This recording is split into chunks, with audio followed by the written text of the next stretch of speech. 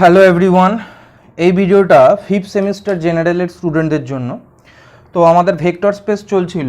আজকে আমরা যে জিনিসটা করব, আমাদের সিলেবাসে নেক্সট যে টপিকটা রয়েছে আর কি, সেটা হচ্ছে linear dependence and linear independence. কেমন?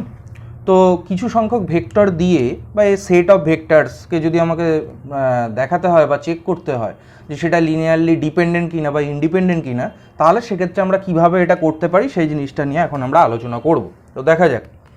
দেখ, ধরে নে একটা ফাইনাইট সেট অফ ভেক্টরস আছে। সেই সেট অফ ভেক্টরসকে আমি এখানে লিখে নিচ্ছি কি আলফা 1, আলফা 2 ডট ডট দিয়ে আলফা n।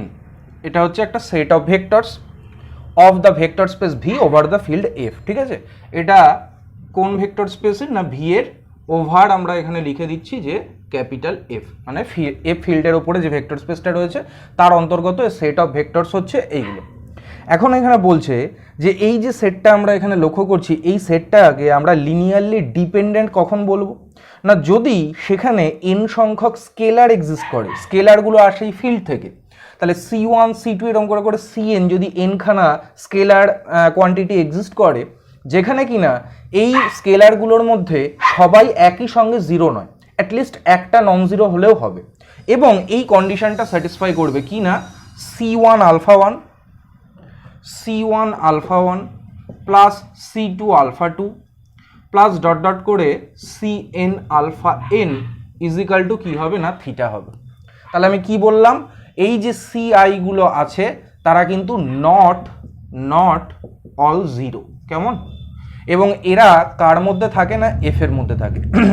তাহলে এই সেট অফ ভেক্টরসকে আমরা লিনিয়ারলি ডিপেন্ডেন্ট কখন বলছি না, if there exist n scalars from capital F and they are C1 to Cn, they are not all zero, such that এই কন্ডিশনটা যদি সেক্ষেত্রে স্যাটিসফাই করে যে C1 আলফা 1 প্লাস C2 আলফা 2 এরকম করে করে Cn alpha n is equal to theta হচ্ছে, তাহলে আমরা বলতে পারবো এই যে সেটটা আমরা নিয়েছিলাম সেট অফ ভেক্টরস, সেটা কি হয়ে যাবে না, সেটা লিনিয়ারলি ডিপেন্ডেন্ট, তখন এটাকে আমরা বলবো।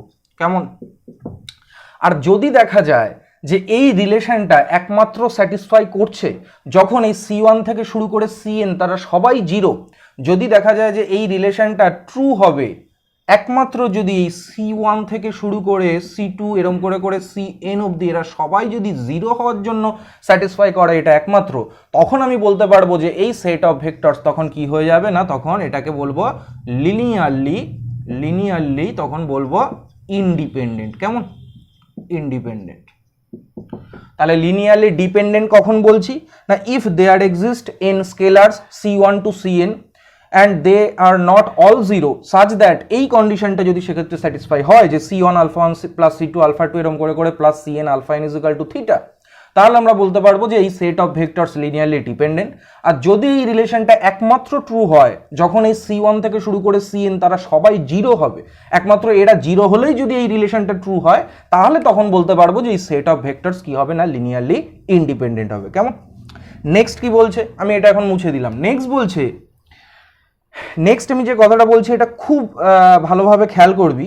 বলছে যে an arbitrary set S of vectors of a vector space V over a field F is said to be linearly dependent.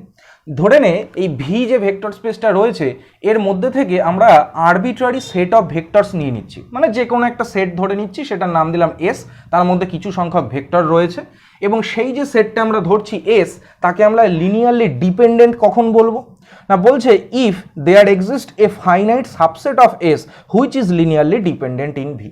তাহলে বলছে আমাদের ভি যে ভেক্টর স্পেসটা রয়েছে ওভার এফ, ভি যে ভেক্টর স্পেসটা রয়েছে ওভার এফ, এটাকে আমরা লিনিয়ারলি, ভি হচ্ছে ভেক্টর স্পেস ওভার এফ, তো আমি এস হচ্ছে একটা arbitrary set of vectors, S কি না arbitrary set of vectors of V. কেমন?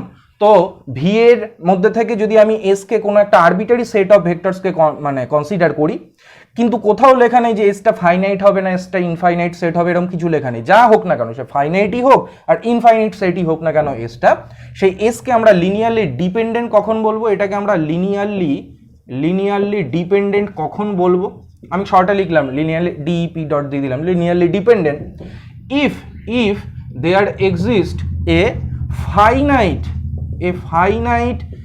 set of vectors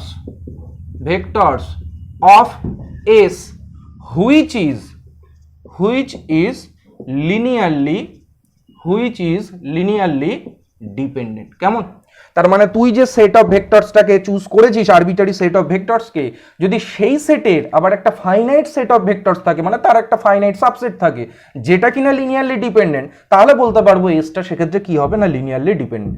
এটা কিন্তু ডেফিনেশন বারবার বলছি এই ডেফিনেশনটার উপর বেস করে এর পরবর্তীতে আমরা অনেক থিওরেম সেক্ষেত্রে করব বা অনেক অঙ্কের ক্ষেত্রে আমরা এটাকে ভীষণভাবে কাজে লাগাতে পারবো যে একটা সেট অফ ভেক্টরস দিয়ে দিয়েছে আমাদের সেটা লিনিয়ারলি ডিপেন্ডেন্ট কিনা আমরা তখনই বলতে পারবো যদি কিনা অ্যাকচুয়ালি তো তুই লিনিয়ারলি ডিপেন্ডেন্ট চেক করতে পারিস যেভাবে আমি একটু আগে দেখালাম বা ইন্ডিপেন্ডেন্ট সেটা ক্যালকুলেশন করে সেটা সি এর ভ্যালুর উপর সি আই যে ভ্যালুগুলো বেরোয় তার ভ্যালু নন জিরো হচ্ছে কি জিরো হচ্ছে সেটা দেখে তুই বুঝতে পারবি যে সেটটা লিনিয়ারলি ডিপেন্ডেন্ট নাকি ইন্ডিপেন্ডেন্ট। কিন্তু এটা সহজে বোঝার একটা উপায় বলতে পারিস যে এই এসটা যদি সেক্ষেত্রে ইনফাইনাইট সেট হয় তাহলে তো আর আমি ওই রিলেশনটাকে কনসিডার করতে পারবো না যে C one alpha one plus এরকম করে সি এন আলফা এনে তো এসে সেটা শেষ হবে না ইনফাইনাইট যেহেতু সেক্ষেত্রে আছে। তাহলে এটা ইনফাইনাইট বা ফাইনাইট যাই হোক না কেন আরবিটারি যে কোনো সেট নিয়ে নিলে ভি এর থেকে সেটাকে আমরা লিনিয়ারলি ডিপেন্ডেন্ট বলতে পারছি যদি সেই এস এর আবার একটা ফাইনাইট সাবসেট থাকে বা finite set of vectors of S এরকম আমরা পাই যেটা কিনা লিনিয়ারলি ডিপেন্ডেন্ট। সেটা যদি লিনিয়ারলি ডিপেন্ডেন্ট হয় তাহলে এসটাকেও আমরা কি বলবো লিনিয়ারলি ডিপেন্ডেন্ট বলবো। এবং এই যেগুলো পড়াচ্ছি সবই আমরা তোরা জানিস যে এসকে মাপার বইটাকে আমরা এবার ফলো করছি এর স্টাডি ম্যাটেরিয়াল তোদের কাছে অলরেডি দেওয়া আছে বা যদি কারোর কাছে না থাকে আমি দিয়ে দেবো তো সেখানে এই জিনিসগুলোই লেখা থাকবে তো কোনো প্রবলেম নেই ভিডিওর সাথে ওটা যদি দেখিস আরও তাহলে আরও বেশি ব্যাপারটা ক্লিয়ার হয়ে যাবে তোদের কাছে। নেক্সট দেখ কি বলছে যে এরপরে একটা আমরা থিওরেম করব। থিওরেমটা কি বলছে না এখানে আমরা অল্প কিছু থিওরেম করব এবং বাদবাকি যে থিওরেম এখানে আছে সেগুলোর আমরা স্টেটমেন্টটাকে কিন্তু ভালো করে পড়বো কারণ স্টেটমেন্টটাকে কাজে লাগিয়ে সেক্ষেত্রে আমরা বেশ কিছু অঙ্ক করতে পারবো আমি সেগুলো সব দেখাচ্ছি সবই দেখিয়ে দেবো। নেক্সট কি বলছে দেখ থিওরেম 4.4.1 এই থিওরেমটাই বলছে a superset of a linearly dependent set of vectors in a vector space V over a field F is linearly dependent. মানে যদি কোনো একটা সেট লিনিয়ারলি ডিপেন্ডেন্ট হয় তাহলে আমরা যদি তার সুপার সেটটাকে কনসিডার করি তার থেকে বড় কোনো সেটকে ওই ভেক্টর স্পেসের মধ্যে থেকে আমরা কনসিডার করি তাহলে সেটাও কি হবে লিনিয়ারলি ডিপেন্ডেন্ট হবে। তাহলে আমি এখানে স্টেটমেন্টটা লিখলাম না আমি জাস্ট প্রুফটা শুরু করছি এবং প্রুফটা এখানে দুটো কেস করে দেওয়া আছে। প্রথমে বলছে কেস ওয়ান প্রথমে আমরা করছি কেস ওয়ান কেমন কেস ওয়ানে কি বলেছে বলছে let S be a linearly dependent set of vectors containing a finite number of elements. তাহলে আমাকে এখন প্রমাণ করতে হবে যে কোনো একটা সেট যদি লিনিয়ারলি ডিপেন্ডেন্ট হয় তাহলে তার যদি কোনো সুপার সেটকে আমরা কনসিডার করি তাহলে সেটাও লিনিয়ারলি ডিপেন্ডেন্ট হবে ওই ভেক্টর স্পেসের মধ্যে এটা আমাকে দেখাতে হবে।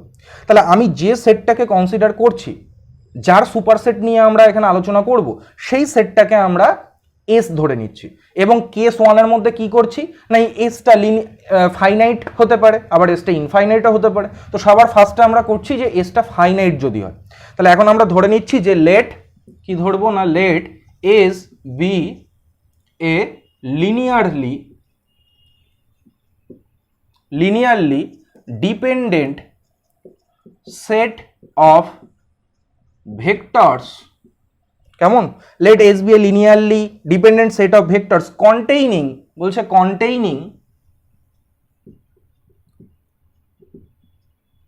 containing a finite number of vectors containing a finite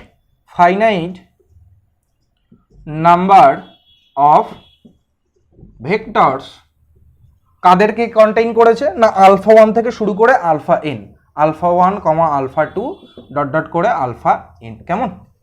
এখন দেখ যদি এস সেটটা ফাইনাইট সেট অফ ভেক্টরসের দ্বারা তৈরি হয় এবং যেটা লিনিয়ারলি ডিপেন্ডেন্ট আমাদের বলেই দেওয়া আছে লিনিয়ারলি ডিপেন্ডেন্ট তাহলে এর যদি কোনো একটা সুপার সেট ধরি টি তাহলে টিটাকে দেখাতে হবে লিনিয়ারলি ডিপেন্ডেন্ট।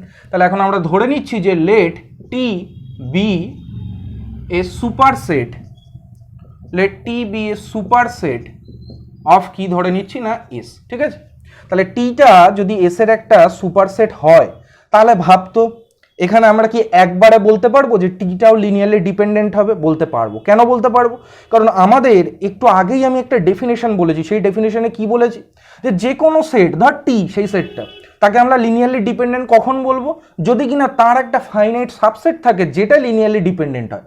তাহলে এসটা ছিল এখানে ফাইনাইট নাম্বার অফ এলিমেন্টসকে কন্টেইন করছে, টিটা হচ্ছে এস এর সুপারসেট। তাহলে আমি বলতে পারি যে টি এর একটা ফাইনাইট সাবসেট রয়েছে এস, যেটা কিনা লিনিয়ারলি ডিপেন্ডেন্ট। সুতরাং এখান থেকে ডেফিনেশন অফ লিনিয়ারলি ডিপেন্ডেন্স থেকে আমরা বলতে পারবো টিটাও কি হয়ে যাবে না, লিনিয়ারলি ডিপেন্ডেন্ট হয়ে যাবে। তাহলে এটা কি ভাষায় এটাকে আমরা এক্সপ্রেস করে লিখবো? তাহলে দেখ এখানে আমরা বলছি, এরপরে এখানে লেখা আছে যে now S being a finite subset of T and being linearly dependent, T is linearly dependent by definition. ঠিক আছে, তাহলে এখানে বলছি যে কি না, S being a finite is being a finite subset of t and s is linearly dependent, so by definition t is linearly dependent. কেমন? তাহলে এটা গেল কেস 1। বেসিক্যালি এখানে লেখার কি মানে ম্যাথমেটিক্যাল এখানে এক্সপ্রেশনের জায়গা কম আছে, এখানে জাস্ট আমাকে লিখে ব্যাপারটাকে বোঝাতে হবে আর কি, এই থিওরেমটার ক্ষেত্রে বলছি। তো এটা তো নয়, কেস 1 এর ক্ষেত্রে হয়ে গেল। এবার কেস 2তে কি ধরবো আমরা? কেস 2তে ধরবো যে যদি এসটা ফাইনাইট না হয়, যদি এসটা ইনফাইনাইট হয়ে যায়, তাহলে তার যদি এখন সুপারসেট ধরি টি, তাহলে সেই টিটাকে আমরা কি করে এখন লিনিয়ারলি ডিপেন্ডেন্ট বলতে পারি। ঠিক আছে, তাহলে এগুলো আমি সব এখন মুছে দিচ্ছি। এখন আমাদের যেটা কেস 2 হবে, সেখানে আমাদের এসটা কি হয়ে যাবে না, এসটা আমাদের ইনফাইনাইট সেট হয়ে যাবে, যেটা কিনা লিনিয়ারলি ডিপেন্ডেন্ট। তাহলে তার যদি একটা সুপারসেট হয়ে যায় টি, তাহলে টিটাকে আমরা কি করে লিনিয়ারলি ডিপেন্ডেন্ট দেখাতে পারি, সেটা এখন আমরা আলোচনা করব। তাহলে এটা হচ্ছে আমাদের কেস 2। কেস 2তে কি বলছে? Let S be a linearly dependent set of vectors containing an infinite number of elements. ঠিক আছে, তাহলে এখন আমরা ধরে নিচ্ছি যে S be a linearly dependent set of vectors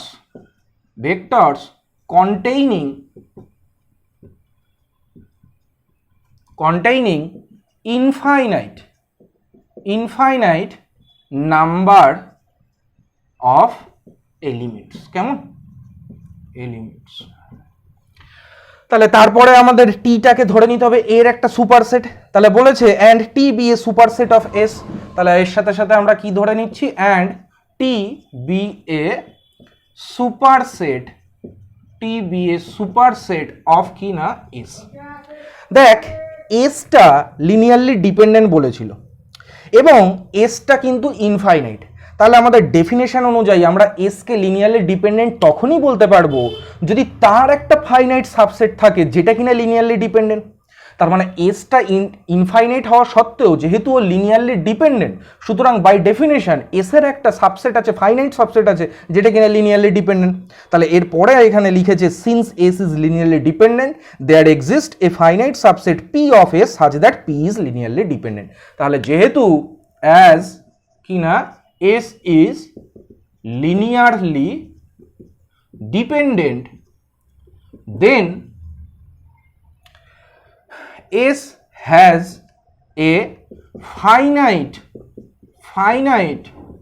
subset P which is linearly dependent। এটা ডেফিনেশন থেকে আমরা বলতে পারছি। আচ্ছা, পিটা যদি এস এর একটা সাবসেট হয়, আবার টিটা এস এর সুপারসেট, তার মানে পিটা টি এরও সাবসেট। তার মানে পিটা টি এর একটা সাবসেট যেটা ফাইনাইট সাবসেট এবং সেটা লিনিয়ারলি ডিপেন্ডেন্ট। তাহলে এখান থেকে এখন কি বলতে পারবো? লিখবো যে P being a finite subset of T which is linearly dependent. তাই তো, পিটা হচ্ছে টি এর একটা ফাইনাইট সাবসেট হলো যেটা কিনা লিনিয়ারলি ডিপেন্ডেন্ট। তাহলে ডেফিনেশন অনুযায়ী টিটাও কি হয়ে যাবে? Linearly dependent. দেন কি বলতে পারবো? Then by definition T is linearly, T is linearly dependent. কেমন? তাহলে আমরা এই থিওরেমটার মাধ্যমে কি করলাম, কেস 1 এবং কেস 2তে, যে যদি একটা লিনিয়ারলি ডিপেন্ডেন্ট সেট থাকে, সেটা ফাইনাইট থাকুক আর ইনফাইনাইট থাকুক, যাই হোক না কেন, একটা লিনিয়ারলি ডিপেন্ডেন্ট সেট আমরা যদি পাই, তাহলে তার যে কোনো সুপার সেটকে যদি আমরা কনসিডার করি, তাহলে সেই সুপার সেটটাও কিন্তু কি হয়ে যাবে না, লিনিয়ারলি ডিপেন্ডেন্ট হয়ে যাবে। কেমন? নেক্সট আমরা যে থিওরেমটা করব সেটা হচ্ছে 4.4.2। সেখানে কি বলছে, বলছে subset of a linearly independent set of vectors in a vector space V over a field F is linearly independent. তার মানে এখন বলছে এর উল্টো কেসটা, যে যদি আমাদের কাছে একটা লিনিয়ারলি ইন্ডিপেন্ডেন্ট সেট থাকে, তাহলে তার যে কোনো সাবসেটকে যদি আমরা কনসিডার করি, সেটাও কি হয়ে যাবে না, লিনিয়ারলি ইন্ডিপেন্ডেন্ট হয়ে যাবে। দেখা যাক এটাকে আমরা কিভাবে প্রমাণ করতে পারি। তাহলে এটা আমি মুছে দিচ্ছি। নেক্সট 4.4.2 যে থিওরেমটা আছে সেটাকে এখন আমরা প্রমাণ করব। আমি স্টেটমেন্টটা লিখছি না, আর আমি এর পরের প্রমাণগুলো থেকে এত কিছু এগুলো লিখবো না ভাষায়, আমি জাস্ট তোকে এখানে কারণটা বুঝিয়ে দিচ্ছি আর কি। লেখাটা তো তোরা অলরেডি স্টাডি মেটেরিয়ালে পাবেই, আমি এখান থেকে জাস্ট ফ্যাক্টটা বুঝিয়ে দিচ্ছি যে কেন এটা হচ্ছে, কি কারণ, সেই জিনিসটা বুঝিয়ে দেবো। তো 4.4.2 তে আমাদের বলেছে যে a subset of a linearly independent set of vectors of a vector space V over a field F is linearly independent.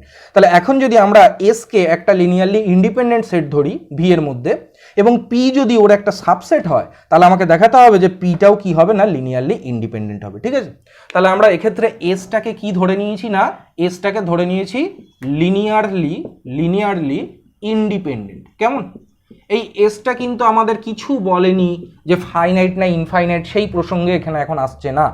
এসটা just বলে দিয়েছে যে এক set of vectors of V which is linearly independent. তাহলে P ওর একটা এখন subset ধরে নিতে হয়। তাহলে ধরে নিলাম যে লেট পি বি এ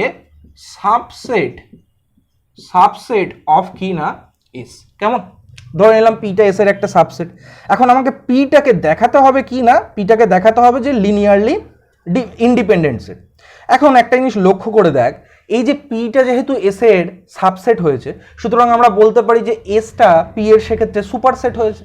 তাহলে এসটা যদি পি এর সুপারসেট হয়, ভালো করে বোঝ, আর আমাকে এখন প্রমাণ করতে হবে পিটা লিনিয়ারলি ইন্ডিপেন্ডেন্ট। কিন্তু যদি আমরা সেক্ষেত্রে জোর করে ধরে নিই যে পিটা ডিপেন্ডেন্ট, সাপোজ ধরে নিলাম পিটা লিনিয়ারলি ডিপেন্ডেন্ট, তাহলে যদি আমরা এইমাত্র একটা থিওরেম করেছি, যদি কোনো সেট লিনিয়ারলি ডিপেন্ডেন্ট হয়, তাহলে তার সুপারসেট সেটাও কি হয়ে যাবে, লিনিয়ারলি ডিপেন্ডেন্ট। তাহলে এখন আমরা জোর করে ধরে নিচ্ছি যে লেট ইফ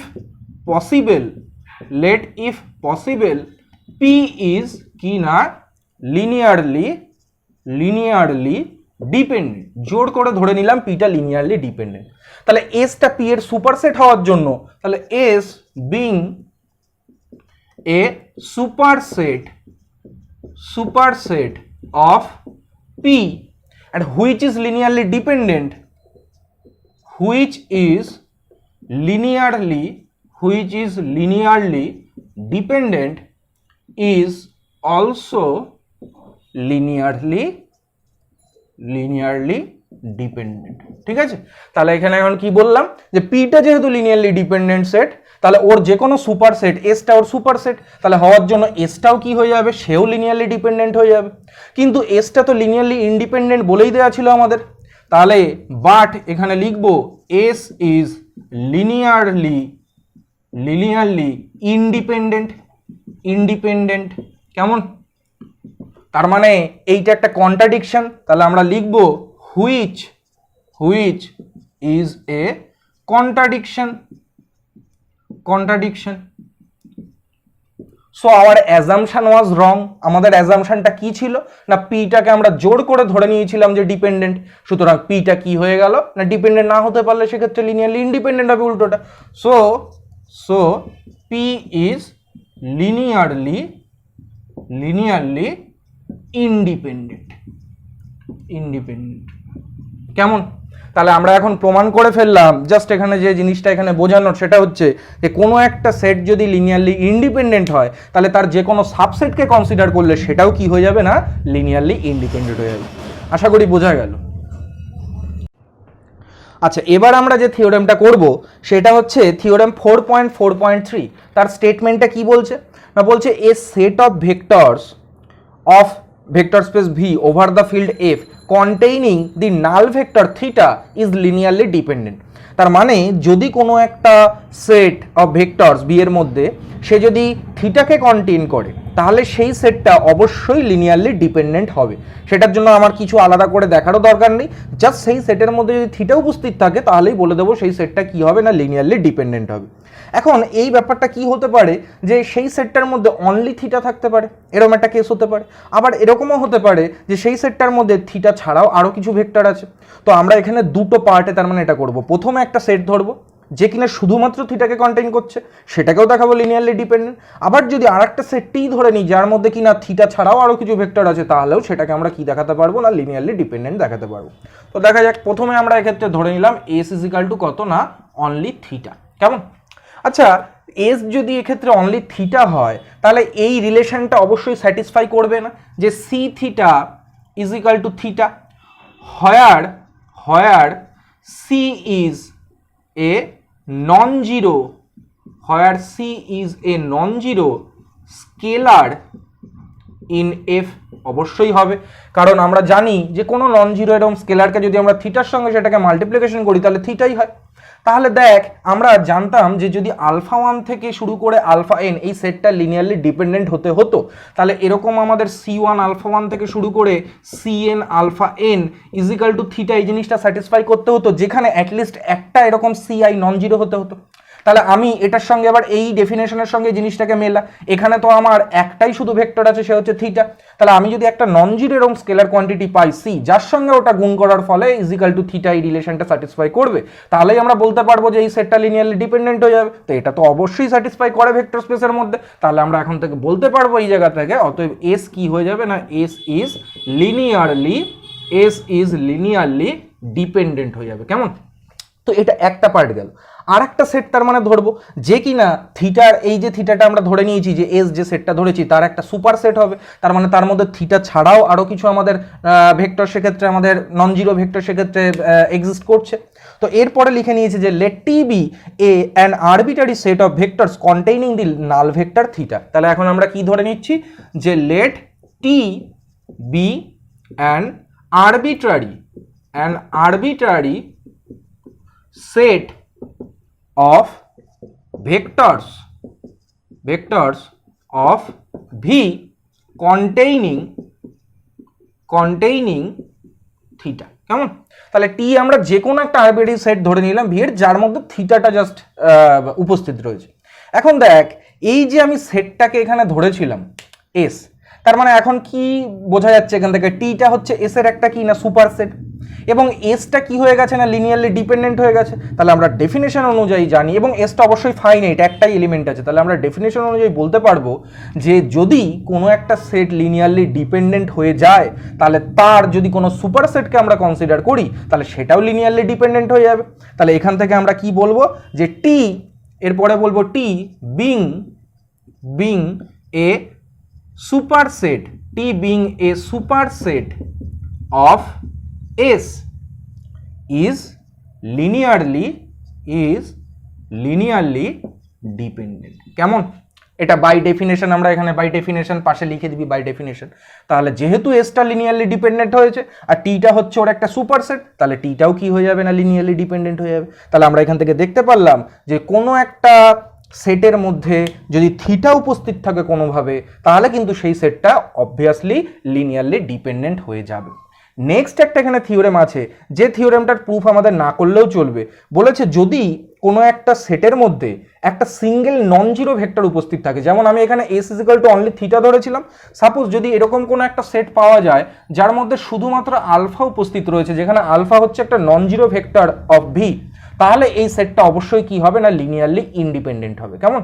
তার কারণ হচ্ছে আমরা জানি এইটা যদি নন জিরো হয় তাহলে সেক্ষেত্রে C alpha is equal to theta এটাকে স্যাটিসফাই করতে গেলে আমরা এরকম একটা প্রপার্টি পড়েছিলাম এর আগে। আমরা দেখবি এর আগে যখন ভেক্টর স্পেস আমাদের জাস্ট শুরু হলো, তারপরে আমরা 4টে প্রপার্টি করেছিলাম ভেক্টর স্পেসের, সেখানে ছিল যে C alpha is equal to theta এটা হলে আইদার সি ইজিক্যাল টু 0 হবে অথবা আলফা ইজিক্যাল টু থিটা হবে। তাহলে যেহেতু আলফাটা নন জিরো ভেক্টর, আলফাটা থিটা নয়, তার মানে এই কন্ডিশনটা স্যাটিসফাই করতে গেলে সি কে মাস্ট বি 0 হতে হবে। তাহলে এরকম কোনো নন জিরো স্কেলার আমরা পাচ্ছি না সি, যার জন্য C alpha is equal to theta satisfy হচ্ছে। সুতরাং এই যে সেটটা সেটা কি হয়ে গেল না লিনিয়ারলি ইন্ডিপেন্ডেন্ট, কারণ এটা স্যাটিসফাই হতে গেলে একমাত্র সি কে 0 হওয়া ছাড়া উপায় নেই। সুতরাং মনে রাখবি যে কোনো একটা সেটের মধ্যে যদি সেটা একটাই মাত্র ভেক্টর উপস্থিত থাকে, সেটা যদি একটা ভেক্টরকেই কন্টেইন করে থাকে এবং সেই ভেক্টরটা যদি আমাদের নন নাল ভেক্টর হয়, তাহলে সেক্ষেত্রে আমরা বলতে পারবো যে ওই সেটটা কি হবে না লিনিয়ারলি ইন্ডিপেন্ডেন্ট হবে। এবার আমরা এখানে ওয়ার্কড আউট এক্সাম্পল দেখব। এখানে দুটো ওয়ার্কড আউট এক্সাম্পল এর পরে করা আছে, তোরা স্টাডি ম্যাটেরিয়াল থেকে এই দুটোই দেখবি। আমি 2 নম্বর এক্সাম্পলটা নিয়ে একটু আলোচনা করছি। 2 নম্বর এক্সাম্পলটায় কি আছে বলছে, prove that the set of vectors is linearly independent in R3। দেখ আমাদের একটা সেট অফ ভেক্টরস দিয়ে দিয়েছে ইন R3, তার মানে এখন যে ভেক্টরগুলো হবে তাদের সব 3টে করে কম্পোনেন্ট হবে, যেহেতু এরা প্রত্যেকে R3-র অন্তর্গত। সুতরাং ভেক্টরগুলো কি আছে না আছে 1, 2, 2 এই একটা ভেক্টর, নেক্সট আমাদের আছে 2, 1, 2, 2, 1, 2 এবং নেক্সট আছে আমাদের 2, 2, 1। তাহলে এই যে আমরা সেটটাকে কনসিডার করেছি, এই সেটটাকে এখন আমাকে দেখাতে হবে কি না R3-র মধ্যে এটা লিনিয়ারলি ইন্ডিপেন্ডেন্ট। তাহলে লিনিয়ারলি ইন্ডিপেন্ডেন্ট দেখানোর জন্য এটাকে সাপোজ আমি আলফা নাম দিলাম, এটাকে সাপোজ আমি বিটা নাম দিলাম এবং এটাকে আমি গামা নাম দিলাম। তাহলে সরি, তো আমাকে এখন তাহলে সেই রিলেশনটাকে কনসিডার করতে হয় কি না C1 alpha plus C2 beta plus C3 gamma is equal to আমাদের কি হবে থিটা হবে।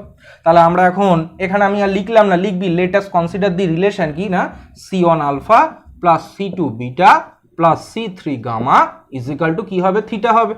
তাহলে দেখ এখানে আমাদের কি হয়ে যাচ্ছে C1, এই C1 C2 C3 কোথা থেকে আসে না R এর থেকে আসে, কারণ R3 is a vector space over the field R। কেমন, তাহলে এই স্কেলারগুলো সব R এর থেকে আসছে। তাহলে আলফার মানটা বস, আলফা হচ্ছে 1, 2, 2 প্লাস C2 দিয়ে আমাদের বিটা কত হয়ে যাচ্ছে 2, 1, 2 প্লাস C3 দিয়ে আমাদের গামা কত হয়ে যাচ্ছে না 2, 2, 1 ইজিক্যাল টু দিয়ে থিটা কত হয় না R3-র যেটা নাল ভেক্টর সেটা হয়ে যায় 0, 0, 0। কেমন, তাহলে এখান থেকে দেখি তো আমরা কি পাই না, এখান থেকে আমরা দেখতে পাচ্ছি যে C1 plus 2C2 plus 2C3 কমা দিয়ে 2C1 প্লাস C2 প্লাস আমাদের 2C3 প্লাস দিয়ে 2C1 সরি প্লাস বলছি কমা দিয়ে 2C1 প্লাস হবে আমাদের 2C2 plus C3 is equal to আমাদের কত হয়ে যাচ্ছে না 0, 0, 0 এইটা হয়ে যাচ্ছে। তাহলে এই প্রত্যেকটাই আলাদা করে এক্ষেত্রে 0 হয়ে যাবে। অতএব আমরা কি পেয়ে যাচ্ছি না C1 plus 2C2 plus 2C3 এটাও 0। আবার এখান থেকে পাচ্ছি আমরা 2C1 plus C2 plus 2C3 সেটাও 0 হচ্ছে এবং আমরা পাচ্ছি 2C1 plus 2C2 plus C3 এটাও 0 হয়ে যাচ্ছে। এই যে আমরা লিনিয়ার সিস্টেমটাকে এখানে লিখেছি সেটা একটা হোমোজেনিয়াস সিস্টেম, কারণ এর সব ডান দিকে 0 আছে, নন জিরো কোনো কোয়ান্টিটি বা কনস্ট্যান্ট টার্ম নেই। তো আমরা ক্র্যামার্স রুল ইউজ করতে পারি। আমরা ক্লাস 12-এ শিখেছিলাম যে ক্র্যামার্স রুল দিয়ে কিভাবে করতে হয় এর সলিউশন। C1 ইজিক্যাল টু কত হয়ে যায় না C1 হয়ে যায় এই যে 0, 0, 0 আছে এইটা এই জায়গাটায় চলে আসে, দিয়ে এর কোফিশিয়েন্ট যে ডিটারমিনেন্টটা হয় সেটা উপরে লিখতে হয়, বাই দিয়ে নিচে কি হয় এই যে এখানে কোফিশিয়েন্ট ডিটারমিনেন্টটা পাবো সেটাকে নিচে লিখতে হয়।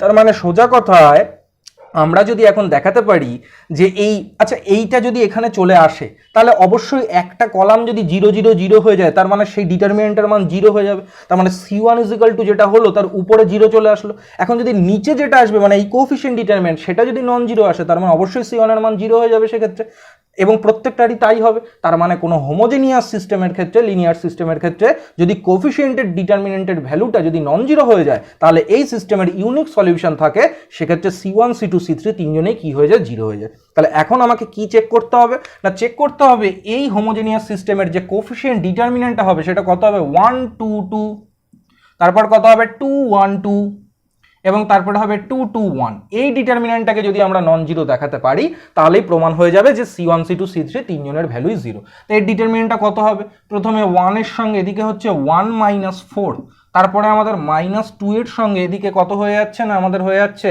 -2 নিয়েছি মানে 2 - 4 হবে, এবং প্লাস দিয়ে 2 এর সঙ্গে আমাদের কত হয়ে যাচ্ছে না 2 এর সঙ্গে আমাদের এদিকে হয়ে যাচ্ছে 4 - 2।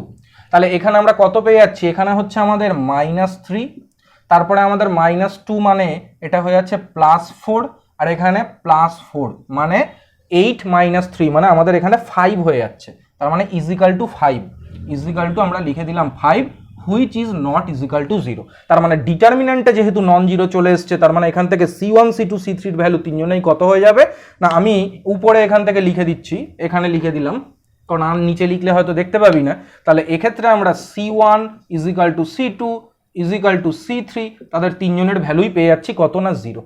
তাহলে এখান থেকে আমরা কি বলতে পারবো না, বলতে পারবো যেহেতু তিনজনেই 0 হয়ে যাচ্ছে এই রিলেশনের থেকে, এই রিলেশনটা একমাত্র স্যাটিসফাই করবে যখন তিনজনেই 0 হবে। তার মানে ডেফিনেশন অনুযায়ী এই যে সেট অফ ভেক্টরস কোনটা না আলফা কমা বিটা কমা গামা, সেটা কি হয়ে গেল, তার মানে লিনিয়ারলি ইন্ডিপেন্ডেন্ট হয়ে গেল। কেমন? তাহলে এই ধরনের অঙ্ক কিন্তু আমার একটা সেক্ষেত্রে থাকবে পরীক্ষায়, এটা কিন্তু খেয়াল রাখিস। আচ্ছা, এটা আমি মুছে দিলাম। দেখা যাক নেক্সট আমাদের কি আছে।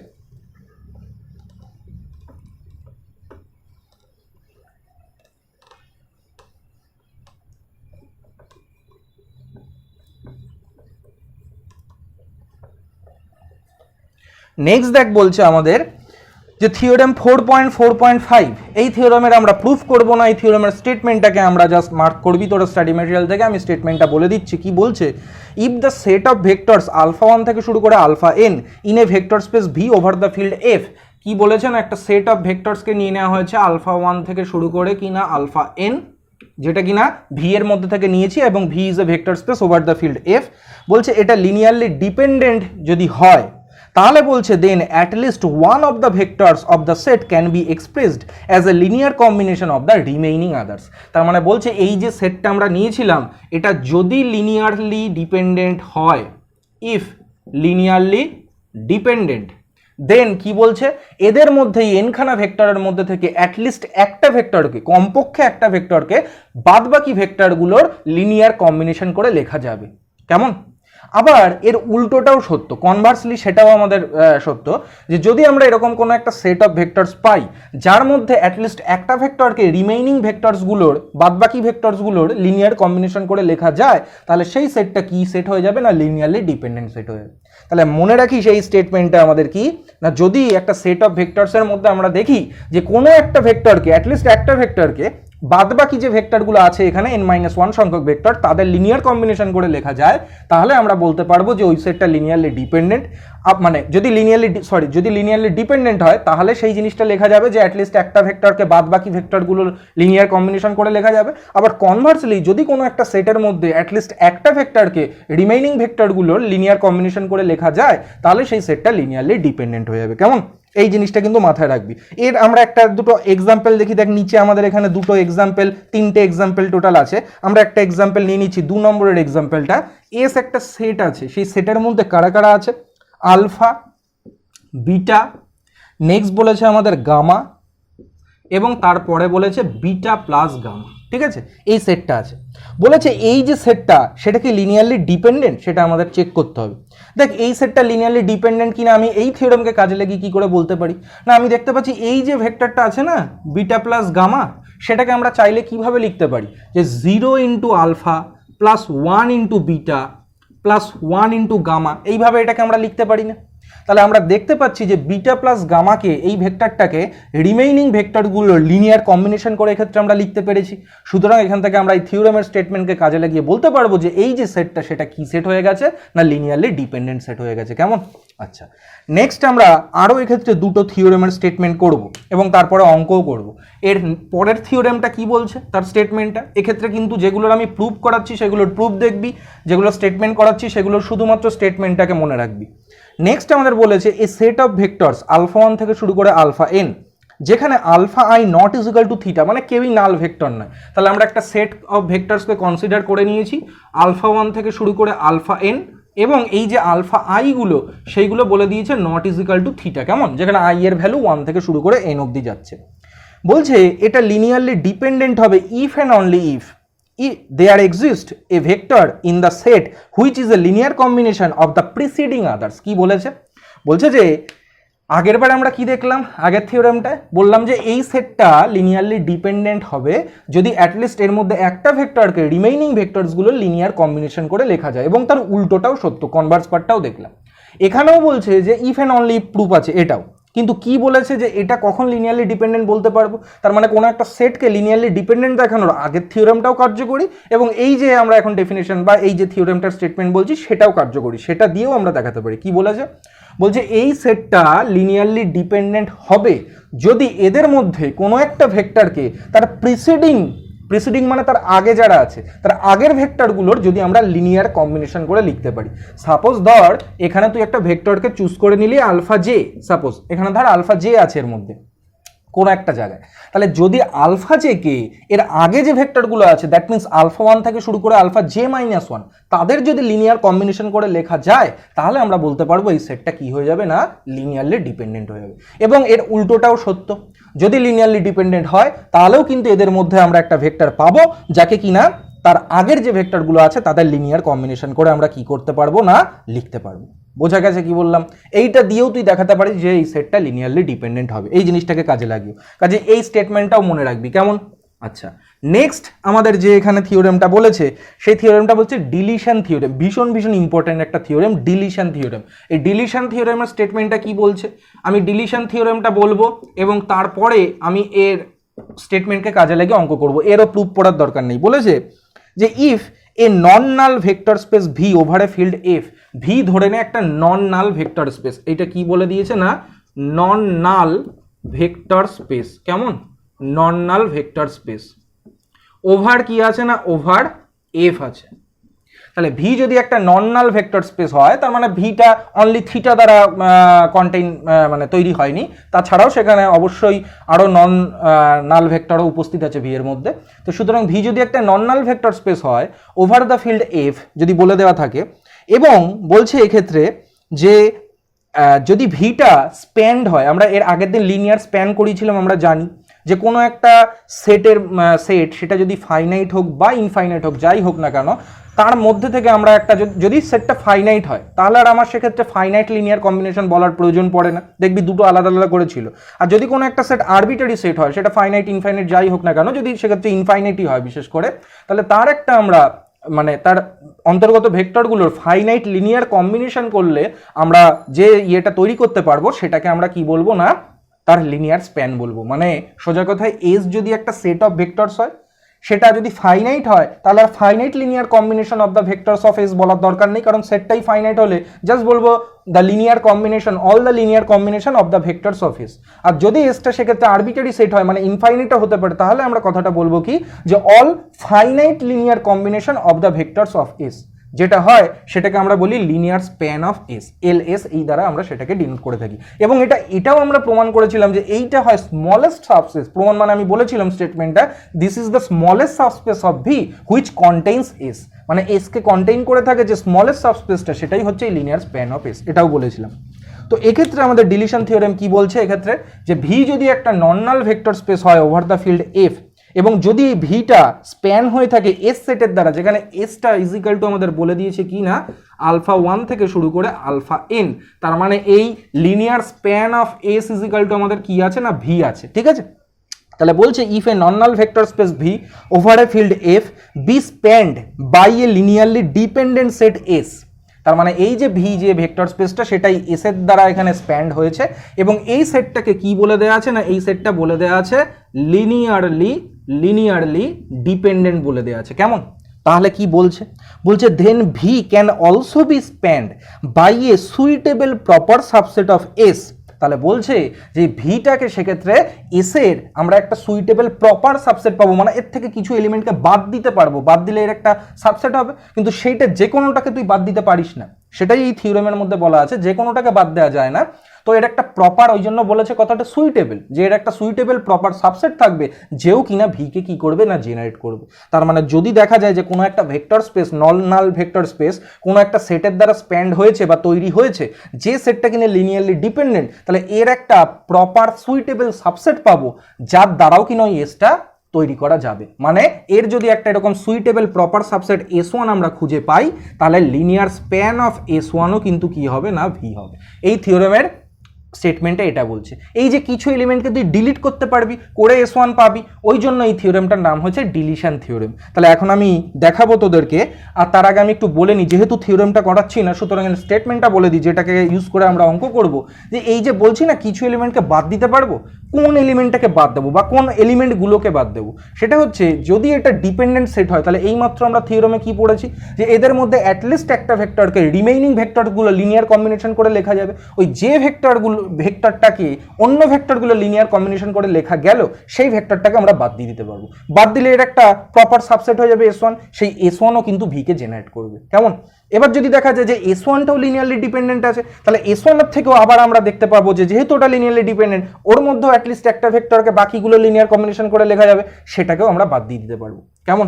তাহলে যদি এক্ষেত্রে আমি বলে রাখি, যদি দেখা যায় এই যে আমি বলছি যে অ্যাটলিস্ট একটা ভেক্টরকে রিমেইনিং ভেক্টরসগুলো লিনিয়ার কম্বিনেশন করে লেখা যায় লিনিয়ারলি ডিপেন্ডেন্ট সেট হলে, তাহলে অ্যাটলিস্ট বলছি মানে কি তার বেশি সংখ্যক যেও যেতে পারে। সাপোজ দুটো ভেক্টরকেও এর মধ্যে পাওয়া যেতে পারে বা তিনটে ভেক্টরও পাওয়া যেতে পারে যাদের প্রত্যেককেই রিমেইনিং ভেক্টরগুলো লিনিয়ার কম্বিনেশন করে লেখা যায়। তখন তুই তোর ইচ্ছা মতো যে কোনো একটাকে সেখান থেকে বাদ দিয়ে পরবর্তী স্টেপে এই S1কে তুই নিতে পারিস। কেমন?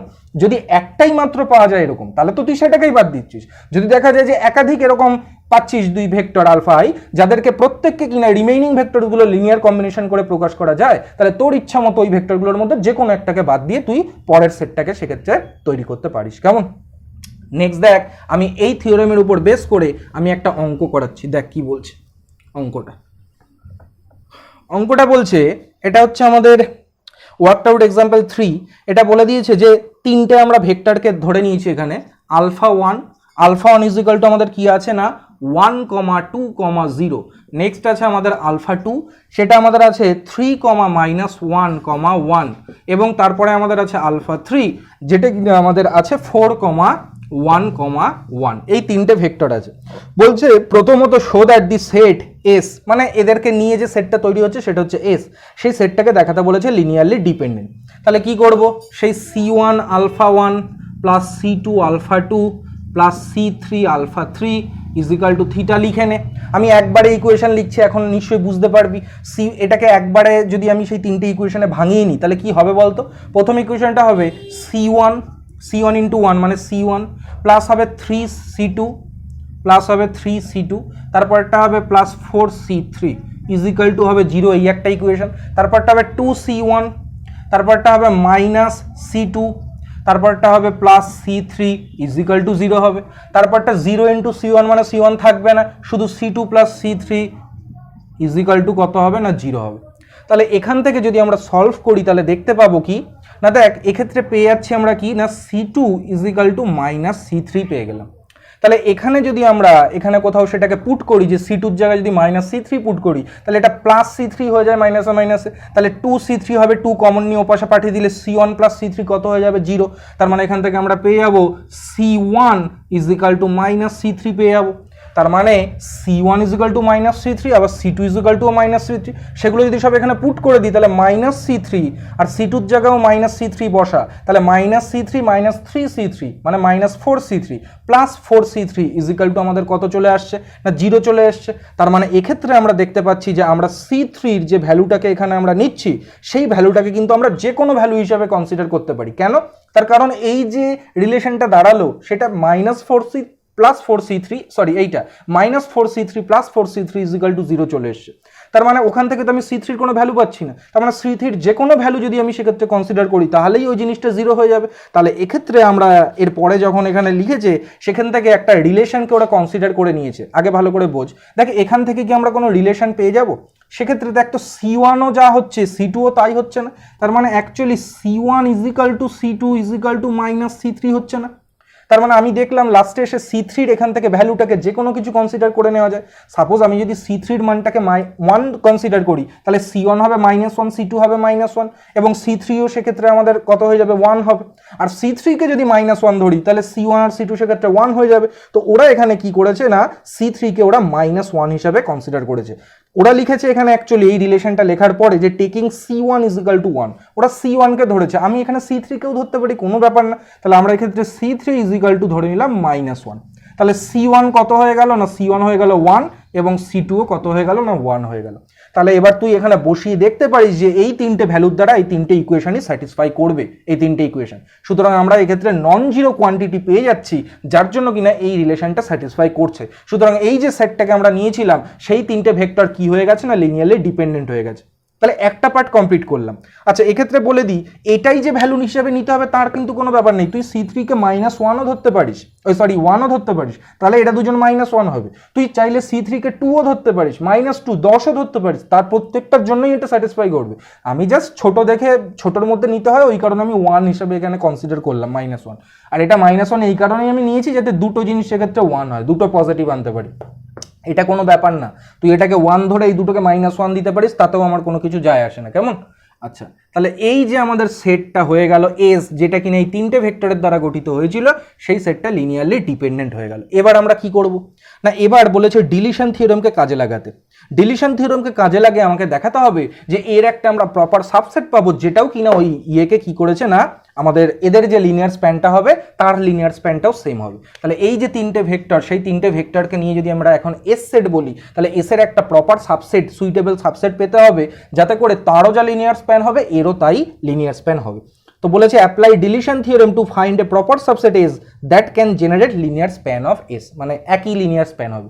তো এখন কি করে ওটা বের করব? আমি কি বললাম যে যেহেতু এটা লিনিয়ারলি ডিপেন্ডেন্ট, তাহলে অ্যাটলিস্ট একটাকে বাকিগুলো লিনিয়ার কম্বিনেশন করে আমরা লিখতে পারি। এবার এই যে লিনিয়ার কম্বিনেশন করে আমরা লিখবো, সেটা মোটামুটি এখান থেকে যদি তুই খেয়াল করিস ভেক্টরগুলো, তাহলে বুঝে যাবি যে কিভাবে কোনটার সঙ্গে কোনটা যোগ করলে বা কত দিয়ে গুণ করে তারপরে যোগ করলে বা বিয়োগ করলে অন্য ভেক্টরটা পাওয়া যায়। দেখ খুব সুন্দর করে পরপর সাজানো আছে, আমি দেখতে পাচ্ছি এই দুটোকে যদি যোগ করে দিই 3 + 1 4 হয়, 2 - 1 1 হয়, আর 0 + 1 1 হয়। তার মানে অ্যাকচুয়ালি α3 = কত হয়ে যায় না α1 + α2 হয়ে যায়। তাহলে α3 কে এদের দুজনের লিনিয়ার কম্বিনেশন করে লেখা যায়, তার মানে α3 কে আমি বাদ দিয়ে দিতে পারি। তার মানে এখন আমরা লিখতে পারবো লিনিয়ার স্প্যান অফ এসও যা হবে, আর লিনিয়ার স্প্যান অফ আমাদের কত না α1, α2 সেটাও তাই হবে। তার মানে লিনিয়ার স্প্যান। সুতরাং আমরা এখান থেকে বলতে পারবো যে এরকম একটা প্রপার সাবসেট এস এর পেয়ে গেছি যার লিনিয়ার স্প্যানও সেম হবে। আচ্ছা এখান থেকে আরেকটা অদ্ভুত জিনিস দেখ, যেমনভাবে α3 কে তুই α1 + α2 করে এখান থেকে লিখতে পারিস, দেখ তো এই যে রিলেশনটা, সেখান থেকে আমরা তো এটাও বলতে পারি যে α2 কেও আমরা চাইলে α2 কে, তার মানে এখান থেকে কি লেখা যায় α2 কে না আমরা α3 - α1 লিখতে পারি না? তার মানে এটাকে সাজিয়ে লিখলে -α1 + α3 হয়ে যাচ্ছে না? তার মানে এটাকেও তো সেই স্কেলার, এখানে -1 আছে আর এখানে স্কেলারটা 1 আছে, তার মানে এদের দুজনের লিনিয়ার কম্বিনেশন করে লেখা যাচ্ছে। তাহলে α2 কেও বাদ দিয়ে দিতে পারি। তার মানে অ্যাকচুয়ালি লিনিয়ার স্প্যান অফ এসও যা হবে, লিনিয়ার স্প্যান অফ α1 α3ও তাই হবে। সিমিলারলি তুই α1 কেও বাদ দিয়ে দিতে পারিস। তুই যদি α1 কে ধরিস এখান থেকে, তাহলে সেটাও α3 - α2 হয়। তার মানে α1টাকে এদের দুজনের লিনিয়ার কম্বিনেশন করে লেখা যাচ্ছে, তাহলে α1 কেও বাদ দিয়ে দিতে পারি। তার মানে অ্যাকচুয়ালি আমি এখানে তিনটে প্রপার সাবসেট পেতে পারি। কি কি? একবার α1 α2, একবার α1 α3, আর একবার α2 α3। এবং ওই তিনটে সেটেরই লিনিয়ার স্প্যান কি হবে না, এই তিনটে ভেক্টরের যে লিনিয়ার স্প্যান হবে তার লিনিয়ার স্প্যানের সঙ্গে এই লিনিয়ার স্প্যানগুলো সেম হবে, কেমন? তো ডিলিশন থিওরেম অ্যাপ্লাই করে কিন্তু আমরা এটা মানে করতে পারি। আচ্ছা তাহলে আজকে আমাদের এই যে ভিডিওটা হলো, এখানে আমরা একটা সেট অফ ভেক্টরসের লিনিয়ার ডিপেন্ডেন্স এবং ইন্ডিপেন্ডেন্স সেটা কিভাবে চেক করতে হয় সেটা আমরা দেখলাম। সেটাকে কাজে লাগিয়ে আমরা অঙ্কও করলাম, এবং আমরা সেক্ষেত্রে তিনটে থিওরেম আমরা তার প্রুফ করলাম, এবং বাদ বাকি থিওরেমগুলোর আমরা স্টেটমেন্ট দেখলাম এবং সেগুলোকে কাজে লাগিয়ে আমরা অঙ্ক করলাম। যেক্ষেত্রে ডিলিশন থিওরেম ছিল, বা কোনো একটা সেট অফ ভেক্টরসকে লিনিয়ারলি ডিপেন্ডেন্ট বলবো যদি অ্যাটলিস্ট একটা ভেক্টরকে রিমেইনিং ভেক্টরসগুলোর লিনিয়ার কম্বিনেশন করে লেখা যায়, বা কোনো একটা সেট অফ ভেক্টরসকে আমরা লিনিয়ারলি ডিপেন্ডেন্ট বলবো যদি কোনো একটা ভেক্টরকে তাদের প্রিসিডিং ভেক্টরসগুলোর লিনিয়ার কম্বিনেশন করে লেখা যায়, এবং সেগুলোকে কাজে লাগিয়ে আমরা অঙ্কও করলাম। সুতরাং লিনিয়ার ডিপেন্ডেন্স এবং ইন্ডিপেন্ডেন্স এই পার্টটা কমপ্লিট হলো। নেক্সট দিন থেকে আমাদের যেটা স্টার্ট হবে, নেক্সট ভিডিও থেকে বা নেক্সট ক্লাস থেকে, সেটা হবে হচ্ছে বেসিস। আমরা কোনো ভেক্টর স্পেসের বেসিস নিয়ে এবার আমরা আলোচনা শুরু করব। বেসিসের ডেফিনেশন দেখব এবং তার উপরে কি কি আমাদের অঙ্ক মানে থিওরেম রয়েছে, এবং কোনো একটা স্পেস দিয়ে দিলে বা কোনো একটা সাবস্পেস দিয়ে দিলে তার বেসিসকে কিভাবে নির্ধারণ করতে হয়, ডিটারমাইন করতে হয়, সেই জিনিসগুলো আমরা নেক্সট ভিডিওতে করব। ওকে, থ্যাংক ইউ।